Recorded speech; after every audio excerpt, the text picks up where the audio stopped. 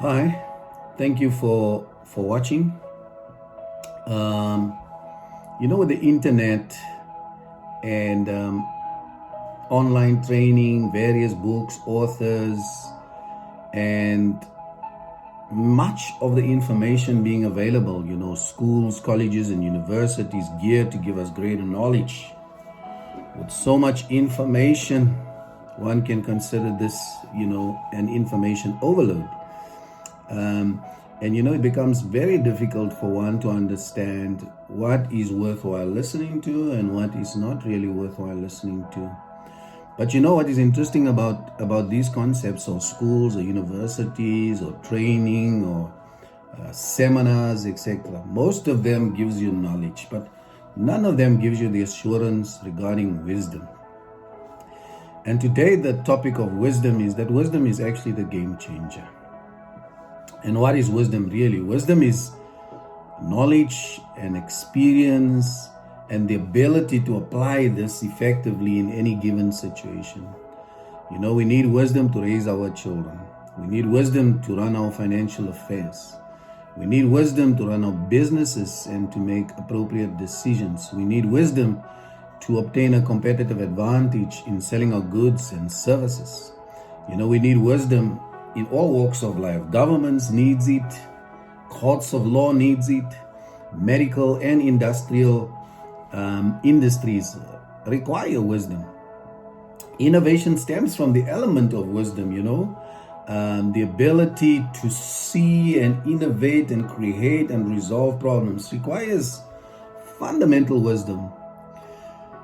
Also needs some level of spiritual wisdom, the ability to understand what is eternal and what is just of earthly use and what will be here today and will be gone tomorrow. And for all of this, we need wisdom. But the beauty of this is that wisdom actually comes from God. Now, you can call it the universe, you can call it the creator, whatever you call it. According to the word of God, it actually says that wisdom comes from God. And the beauty of it is that we can actually ask him for this. We can just ask. And it says that he gives it freely without reproach, without holding back. And therefore we should continue to strive to have wisdom. Therefore, I want to encourage you to continue to acquire knowledge and studies. And I've come across many people who have gained so much knowledge, but in some cases they lack wisdom. And then I've seen some people like, let's say, Henry Ford, people who may not have been educated, but are wise in their conduct, have wise hearts. We know some of our parents, they may not even have finished school, but if you sit with them and you listen to them, just their experience and the resources that they have so much wisdom. And that's why my encouragement for you today is that above all things, you should pursue and desire wisdom. And this is on the basis of our fresh daily manna from heaven, found in the book of James chapter 1 verses 5 to 8. In these verses, James deals with, and James the author deals with a couple of critical concepts such as wisdom, asking by faith without wavering. And so many books have been written on these topics of wisdom and faith. But James gives us a couple of key elements that is worth considering and meditating on. He actually says, firstly, that wisdom comes from God. He says that if you come short wisdom, ask it of the Lord, meaning that wisdom actually comes from God and that we can ask him. And then the second concept is that God actually generally gives that, generously gives that, not that God has a validation process. If we ask him for wisdom, he will give it to us. And he will give it without reproach, without validation. He will give it to us. But the only one thing that he says that we should really have when we ask God for wisdom is that in our asking, we should be resolute, we should be steadfast, we should be firm. We can't ask God for anything. And actually, although he talks about wisdom and asking wisdom, when it comes to asking unwaveringly and steadfast, it says you must not think that if you ask God for anything that you will get it from God if you ask him wavering, you're not sure, Lord, please, I'm not sure whether, but you have to be steadfast and firm, and especially when it comes to wisdom. That gives me the sense that, the first gateway into wisdom is actually knowing that you must ask God unwaveringly. You must ask God firmly for wisdom, and He'll give it to you. He'll give it to you freely.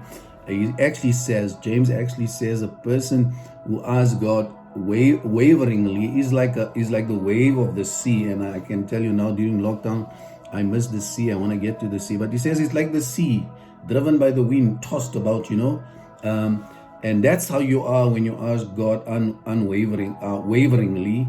Unwaveringly is like steadfast. You're asking God steadfastly, and we should continue to ask God steadfast about this. So I would encourage you to explore the Bible on wisdom, and to seek wisdom. The Greek word for wisdom is Sophia. It appears 222 times in the Bible.